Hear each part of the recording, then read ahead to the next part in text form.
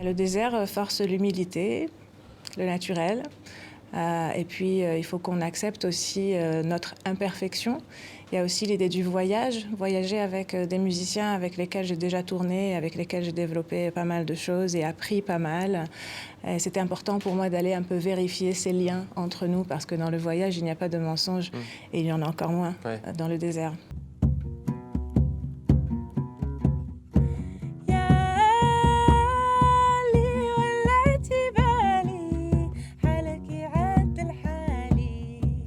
Aujourd'hui, en Égypte, on voit qu'il y a une guerre contre les homosexuels. C'est encore plus violent qu'à l'époque de Moubarak et qu'à l'époque des islamistes.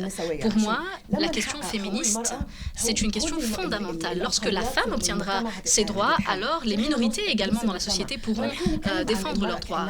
Je pense que pour un artiste, c'est très important de toujours véhiculer un message de paix, de tolérance et d'amour, tout simplement. On a la chance d'être entendu, donc il faut en profiter justement par ces temps difficiles où justement le sang et la violence sont mis en avant.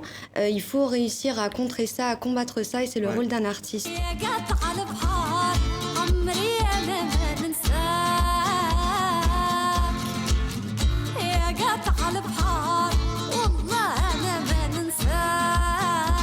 Les rondelles, le Sununu, elle rentre toujours chez lui, à la première maison qu'il a construite.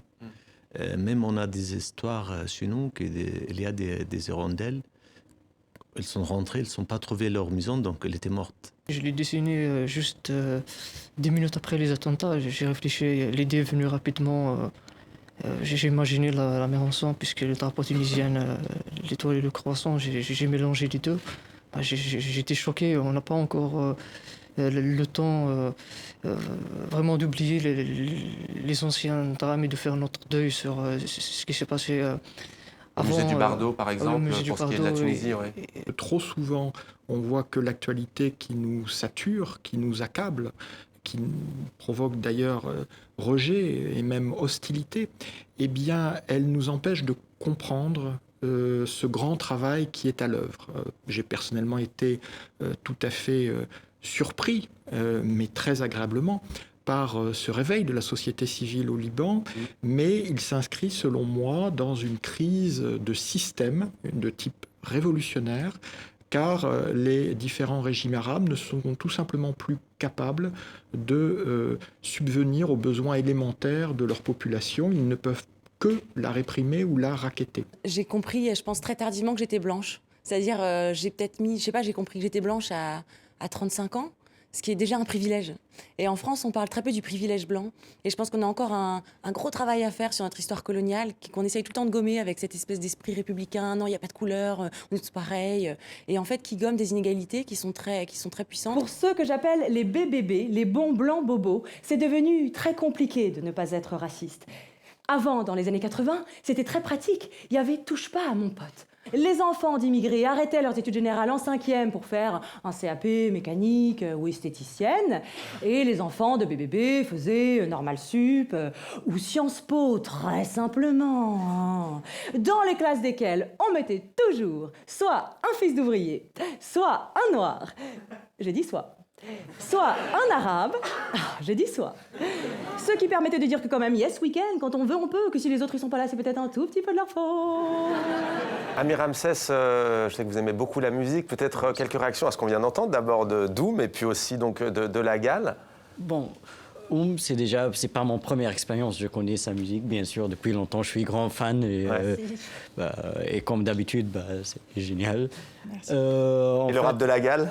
La Gale, en fait, moi je suis pas vraiment rap, c'est la première fois que j'entends sa musique, mais moi j'aime en fait le genre de mix qu'elle fait. Celui qui traverse la mer Yagata al-Bahar, de l'autre côté, on imagine tout de suite que c'est de l'Afrique ou d'ailleurs, mais de l'Afrique particulièrement, l'Algérie, le Maroc, la Tunisie, ainsi de suite, vers l'Europe, parce que nous sommes persuadés qu'il y a un bien-être en Europe. Donc tout le monde veut aller en Europe. Le fameux Eldorado. Voilà.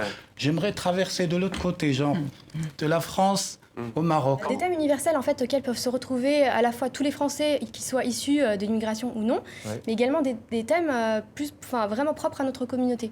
Donc à la fois les préjugés, les clichés qu'on peut subir en France, mais aussi par exemple les traditions culturelles qu'on dénonce un tout petit peu. On va peut-être voir, je ne sais pas si on l'a déjà vu, mais justement sur le Ramadan, puisque c'est le mois du Ramadan, il y a notamment, c'est assez drôle, voilà. Moi j'étais à Kaboul dans un lycée franco-afghan. Et très jeune, j'ai découvert la littérature française, notamment le cinéma français à l'Institut français. Donc, grâce aux films de Claude Sautet, Godard, Truffaut et tout ça, j'ai connu un peu, pourrais-je dire, la France et en particulier Paris. C'est vrai que quand je suis arrivé en France, bon, je parlais encore pire qu'aujourd'hui, mais je croyais que je connaissais cette ville. On est allé chercher pas mal dans le blues, dans des chants haïtiens, vaudous, dans la country, plutôt la country. Les guitares qu'on entend sur certains morceaux, elles sont jouées. En revanche, c'est pas du sample. Et puis aussi dans la musique orientale, il y a toujours du oud qui traîne quelque part.